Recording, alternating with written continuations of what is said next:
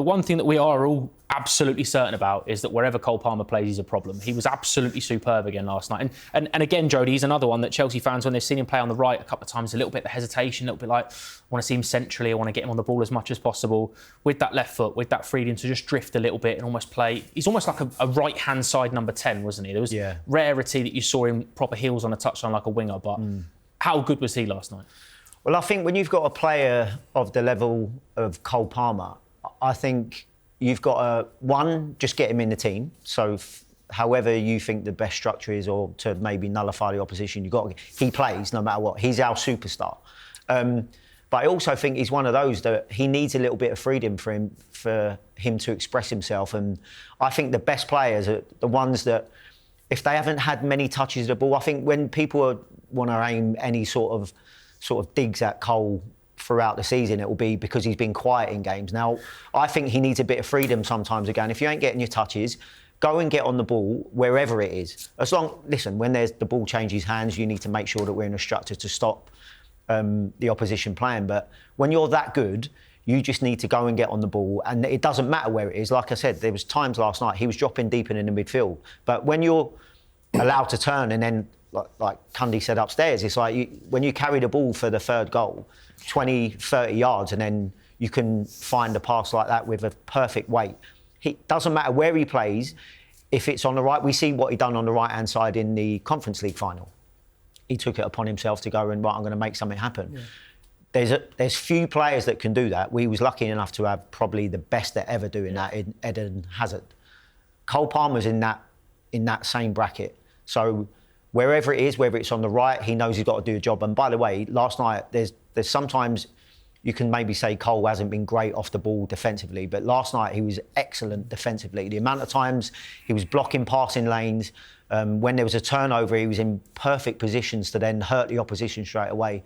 For me, he's a superstar already, but I still think that the fact that we're going to be playing in the Champions League, the fact that I think we're going to be an improved Chelsea next season and hopefully challenging, or at least putting more pressure higher up the table, I think he's got another level to go to, because I think you need to play in the Champions League for you to be considered the next level. Conference League doesn't do it. That competition is not worth people talking about Cole Palmer being a superstar. Playing in the Champions League is. Playing in those finals last night is.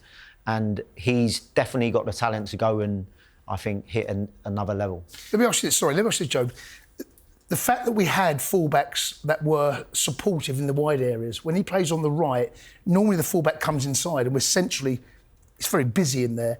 The fact that he had that width, the João Pedro run that opened the space up for his second goal, I think it was.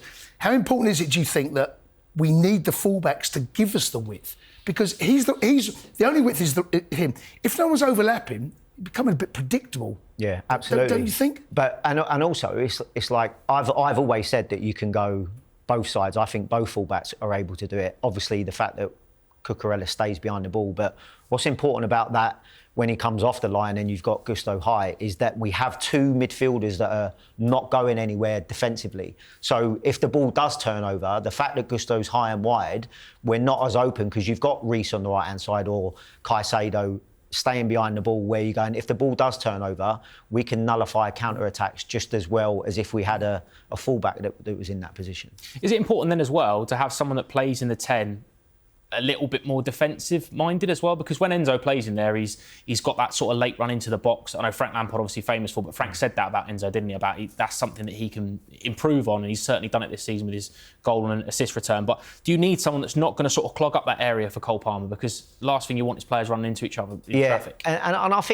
think using the word 10 for Enzo Fernandez is a little bit loose anyway, because I think that there's not many times that you see him play with his back to play. He'd maybe vacate an area to maybe move some of their midfielders so that a Cole Palmer can come in there. He's not necessarily playing in there to affect the game with his back to play and get on it and turn and do stuff. I think he's in there to maybe vacate, which then opens up bigger pockets. And like we said before, that just kept happening over and over again. But for me, I think if you're good players, you can go and play in different positions and be effective. And I think Enzo done that as far as on the ball, where you can like occupy places, but I also think that the defensive side of it is easy to look back at that last night and go, oh, that's brilliant, we can play Enzo in there. That won't work against other teams that are going to maybe bypass us, and you don't want Enzo with his back to play. But as far as the tactical side of things last night, it worked a dream.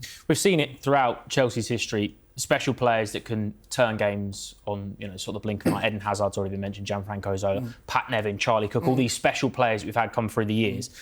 Is it important then, when we've got a player like that and we have such a special player in Cole Palmer, to persist with that balance? And it maybe means that Reece has to play inside a little bit more, or someone more defensive-minded plays alongside Moises Caicedo to cover that space, so Cole Palmer can be a little bit freer. I think it's horses for courses. We're up against the best side in the world. I mean, there were the other fires that had to be put out, or certainly deal with, to allow Cole to be Cole. And Jody made a great point about Cole off the ball last night, and Pedro, by the way. Hakimi, him tracking Hakimi, Cucurella coming inside. Sometimes we're a five at the back because Neto's got to get himself in there, making sure that Hakimi can't have that with. Cole was doing that as well, but all over the pitch. How can we get our best players in the best positions on the ball, right? And last night, we got it right. Cole Palmer's our best player. He's the most influential player. He's the player. He's a special boy, right? Makes things happen out of nothing. We saw that. All 3 goals. But there are other things you've got to deal with to make that happen. You can't just concentrate on how can we get Cole on the ball. How can we stop? Here's what we've got to do. Defensively, we've got to be solid. The midfield too, disciplined, stopping them getting on the ball. And then, I felt we set traps last night. The fact that Sanchez kept putting that ball over the top, and Cole Palmer getting on the half turn. But you're right. He's the difference maker. He's our Gianfranco. He's our Hazard right now.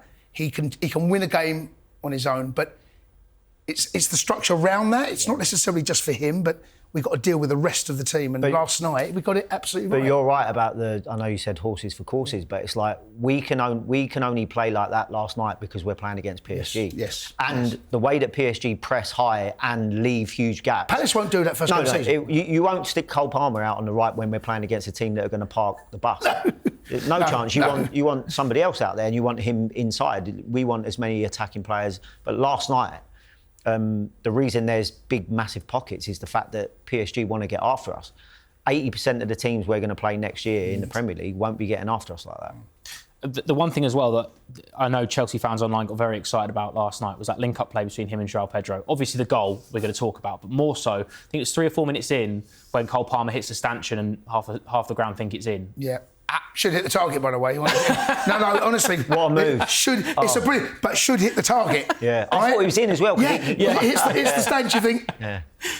But Chelsea have always, again, I keep going back to it, but you think when Olivier Giroud and Eden Hazard had that sort of almost like subliminal connection where it'd go into Giroud, the little layoff, Hazard would be somewhere around it, it just magnetised to his right boot. If we can get that with João Pedro and Cole Palmer, and on last night's evidence, the assist, that little layoff, his running off the ball, I thought was fantastic. But how good can he be? Well, he scored 3 goals in 2.5 games, or just 2 and a bit. 2 and a bit games, right? He's been a great acquisition. He was on the beach 3 weeks ago. Now he's a world champion. But there's partnerships all over the pitch that you're looking for. Cole's one of those players. He'll need to have a partnership with Lavia, because Lavia's one of those that will get his head up, turn. Who's he going to look for if Cole's playing? His first pass should be, I think, can I find Cole Palmer? If that pass isn't on, then the ball goes out on the left. Can Pedro Neto find wherever the ball is? So Cole's looking for partnerships for me all over the pitch. But in terms of that final third, the link up between the 10 and the 9, if you get that right, then you've got a really formidable partnership.